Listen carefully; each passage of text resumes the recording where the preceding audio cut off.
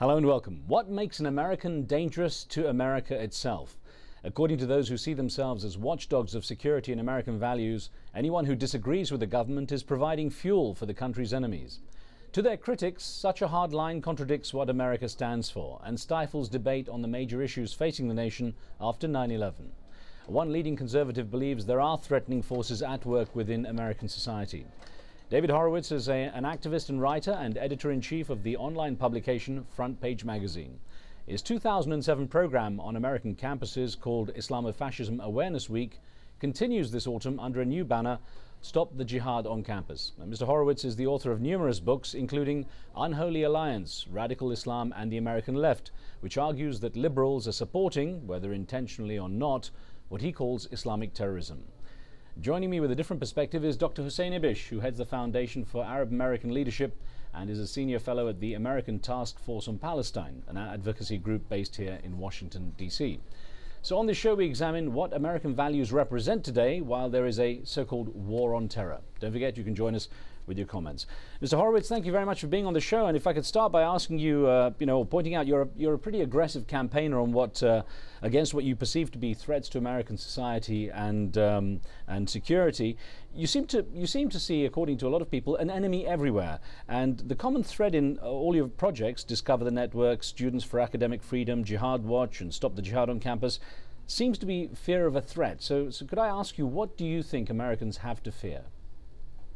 Well, first of all, I certainly don't take the view that everybody who is a dissenter or a critic is a danger.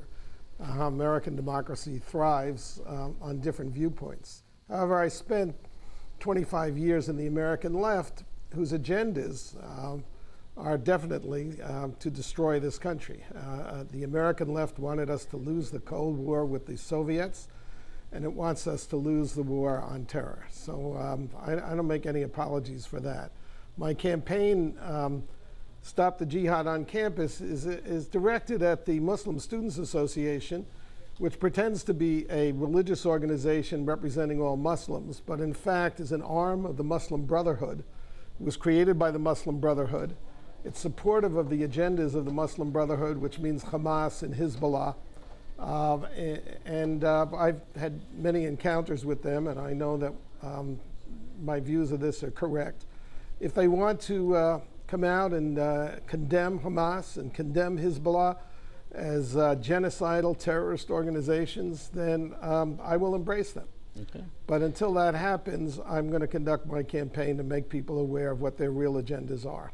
Dr. Ibish, I know, of course, you and Mr. Horowitz have had this debate out a few times. What do you feel Americans should be afraid of? Well, I think that there are lots of things to be concerned about in this world. Obviously, there are people who want to harm the United States, whether they're extremists who have some connection to the Muslim world or who are Muslim fanatics. They exist. There's also right-wing and left-wing extremists in the United States. There's economic problems, global warming. There's any number of things to be worried about.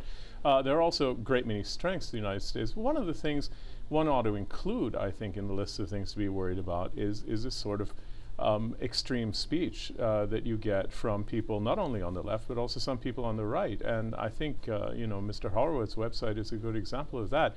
And one of the things that's most striking about Front Page Mag is how much praise you hear in a certain weird way of Osama bin Laden in particular on that site. I mean, statements like Osama bin Laden is a very good Muslim, a model one, in fact, and one of the most devout in the past 1400 years of Islam. Or more recently, there was this gem, Osama bin Laden is a moderate Muslim. Actually, Osama obeys the Quran of Medina and the Sunnah of Muhammad, so he's moderate, pious, Medinan Muslim. The jihadists of September 11, 2001 were all moderate Medinan Muslims. They were not extremists or radicals. So in any other context, you would have to say that's high praise for Osama bin Laden, unless, of course, you already agree that describing someone as a good Muslim or a pious Muslim is in itself a pejorative. Now, however you slice this stuff is very bad for our country. It's very bad for our society. It's bad for our culture and discourse. So I think there are a lot of things to be worried about, and one of them is wild rhetoric like this. Well, Mr. Horowitz, could I ask you to explain that contradiction Dr. Ibish has pointed out? Sure. Sorry, sir. I was also going to ask you I was going to ask you, sir, also what limits are there to what can and can't be done in the interests of security when it comes to civil rights and civil liberties? That's a good That's a good question. Look, my website publishes thousands of articles a year, and I'm sure there are, of which I read a very small percentage, and I'm sure there are statements by various authors. I'm sure Al Jazeera has had many people on, including myself, that don't agree with its agendas. So I'm not going to defend these snippets that are taken out. People are welcome to go to frontpagemagazine.com and judge for themselves. I think that's a good idea. Fine.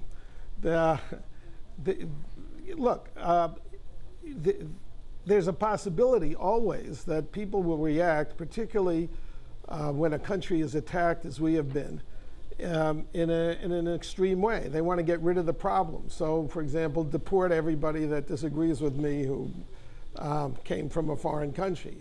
I oppose that. I'm a very tolerant and a very ecumenical person, and I've laid down the conditions by which the Muslim Students Association can, take itself out of my line of fire, and that is condemn Hamas and Hezbollah. Hamas was created by the same organization that created the Muslim Students Association, and the Muslim Student Association leaders, whom I have confronted on college campuses because they come to my events, refuse point blank to condemn the genocidal statements of, for example, Hassan Nasrallah, who's asked Jews like myself to gather in Israel so he won't have to hunt us down worldwide. I cannot get a Muslim Students Association leader to condemn that statement. I hope that Hussein Ibish would condemn it. Oh, I'd be happy. I'd be happy to. Okay. As anyone who follows my writings will know that I've been increasingly and quite strongly critical of those organizations and other groups. Wait. No. But there's a problem with your whole project here, with your effort to get Muslim groups to say what you want them to say, the way you want them to say it. There's two angles to it. One is it's a gotcha game. It's a game of when are you going to stop beating your wife. In other words, if they answered or signed on to your language particularly, they'd be accepting all of your premises, and I think it's ludicrous to expect them to do that. Although I certainly think moderate, constructive, reasonable rhetoric is the order of the day. The other problem is that when you try to get people to be responsible, when in some cases I agree some of the student groups, especially on the West Coast, I wrote about this in The Guardian a couple of weeks ago, have invited intolerant, bigoted, biased speakers that they really shouldn't be inviting at all. If you approach them from a constructive point of view, you might be able to make some progress. But if you say things like, on your website continuously says things like there is no such thing as moderate Islam, the war on terror is not a problem of radicals, it's Islam in general, all Muslims are bad. Or in your case, by the way, on Hamas and Hezbollah, but particularly on Hamas, you seem to call for the deportation of Palestinians from the West Bank and Gaza. I mean, you said the other day on your blog that Israel had every right to annex the West Bank and Gaza with no complaint from the so-called Palestinians. You also seem to deny that there is such a thing as Palestinians or any of the Arab states. Israel should have done just that and expelled the Arab aggressors from the Gaza and the West Bank. Now, when you have that kind of record and you approach people to say, well, why don't we come together for a reasonable statement, they're going to tell you to get lost. I mean, obviously. Look, I was saying, you got to stop lying about my site. I just read from your blog verbatim. And you can't filibuster me either. Go ahead. The fact is that I've always said there are a lot of moderate Muslims. They're just pretty silent these days. I have not demanded that the Muslim Students Association adopt my language. All I've asked is that they condemn Hamas, and they refuse to do it. I've asked them to repudiate the Hadith, which calls for the extermination of the Jews. This is not complex. So the reality is that they're not condemning Hamas because they support Hamas. Well, let's do one thing. Mr. Horowitz, let's get in. We've got a caller from Algeria holding on the line. He's been on for a while. So let's get Mohammed in with a comment and question. We'd like to get our viewers' opinions on this as well. Mohammed, what would you like to say? Assalamu alaikum. Wa alaikum salam. Go ahead. Hello, my question goes direct to the Washington. My question goes. Go on. My question goes direct to the Washington Hussein, or what do you call it? Okay. Please go ahead. Yeah, I'm talking of Osama bin Laden. He say he's a Muslim and is not an extremist. He's fighting America against terrorism.